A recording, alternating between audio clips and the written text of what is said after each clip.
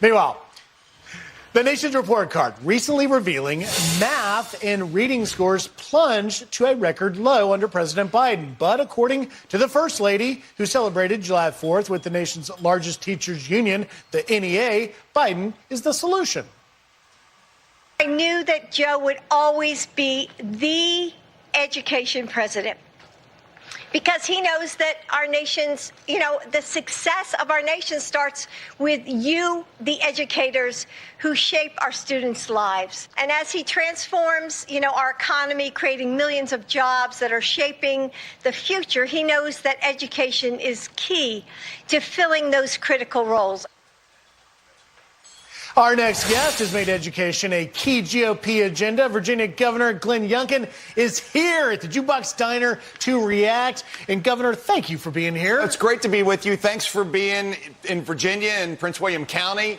We were all out celebrating the 4th of July yesterday. It was a fabulous day in Virginia. Remember, at the end of the day, we had the voice, Patrick Henry, the pen, Thomas Jefferson, and the sword, George Washington, among all the other founders. And so 4th of July is a big day here in Virginia. I want to get your reaction to First Lady Joe Biden. But very quickly, you actually, as a young man, started working in diners. Yeah, I was always at a diner every summer. I started out taking out trash and washing dishes. I was promoted to become the breakfast cook in the morning.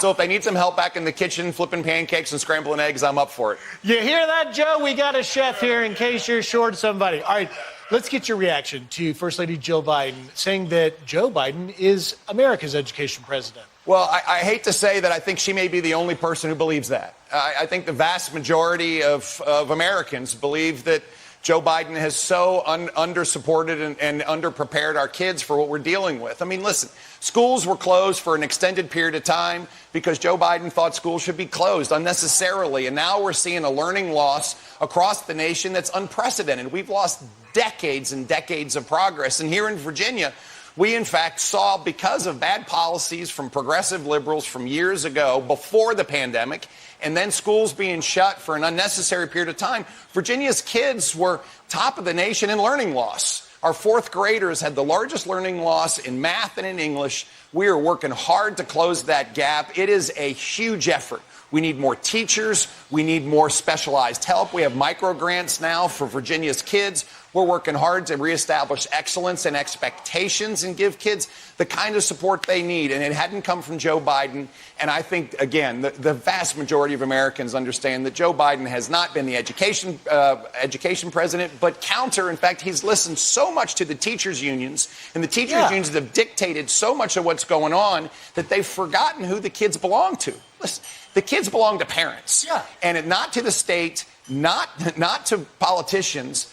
They belong to parents. And this is one of the biggest challenges that we've seen across the nation is, who do kids belong to? They belong to parents. You gave voice to those parents and catapulted you into office. Now we see from the NEA, we can show you some of these books. This is the NEA held their summit, putting out summer reading books to celebrate. You can see here, Gender, Queer, White, Fragility, Milo and Marcos.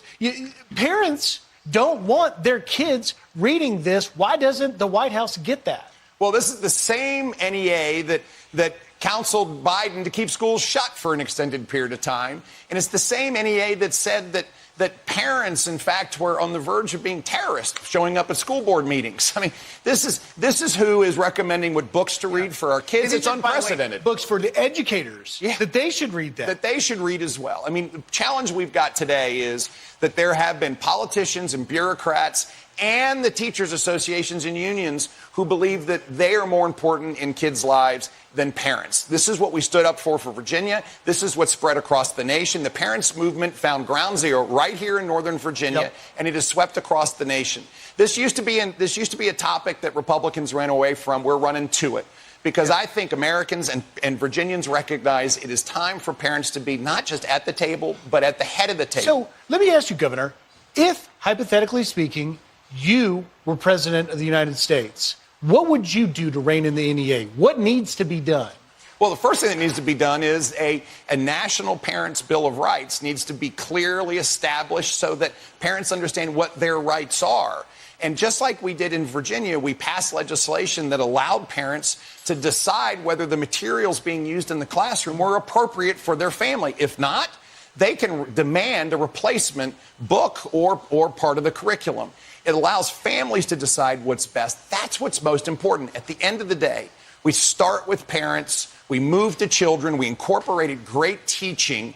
This is what education is all about. It is not about the teachers' unions dictating what teachers and kids should be reading in the summertime. Stephen Cayley, you'll notice the governor didn't correct me when I hypothetically gave him the White House.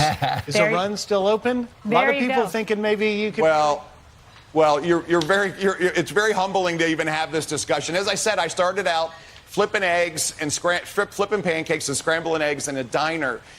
I am so focused on Virginia this year. I mean, yesterday I was with a great Senate candidate in Juan Pablo Segura. We marched in a parade in Leesburg. We have got to take our Senate. We've got to hold our House. This is the year in our midterms where we demonstrate that, yes, parents matter, that, yes, we can lower taxes and streamline regulations and see our economy move and grow jobs faster than we ever have in Virginia. We can back the blue. We can make government work more efficiently. This is our chance for all of a sudden a state that was blue just 2 years ago to finish the cycle, electing a Republican governor, lieutenant governor, attorney general, holding our House and flipping our Senate. Governor Youngkin, so if you take the Senate in November, there will be a clamoring for you to enter the race. Sounds like you're not closing the door, Governor.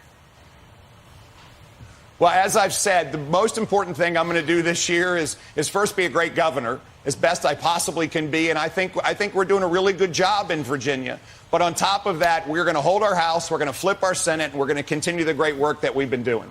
You know, Governor, that sounds a lot like what Ron DeSantis said before he started to run. We're going to get through the legislative session down in Florida, then I'll worry about running for president. And of course, yesterday he was in New Hampshire because he's running for president. I'm sure you saw a couple of weeks ago in Axios, they had a story that said that some powerful Republican donors who do not support Donald Trump are beginning to be concerned about Ron DeSantis because he's not gotten the traction they thought he would and are encouraging you to jump into the race. So we're not asking you if you're going to run for president, but our donors saying, hey, Governor, why don't you get into it? Well, I so appreciate the fact that people are watching what's happening in Virginia. It's huge encouragement. Listen, just 3 years ago, Virginia was deep blue, and it was 47th in the nation in job recovery coming out of the pandemic. And all of a sudden, with lowering taxes and streamlining regulations and standing up for parents and reestablishing excellence in education, back in the blue, we all of a sudden see Virginia catapult into a top 10 job creation. We see parents all of a sudden exercising their rights in schools. We're doing all of the things that we need to do in order to reestablish Virginia as the best place to live, work, and raise a family. And I love the fact that folks all over the country appreciate it and are encouraging us. So are donors asking you to run for president?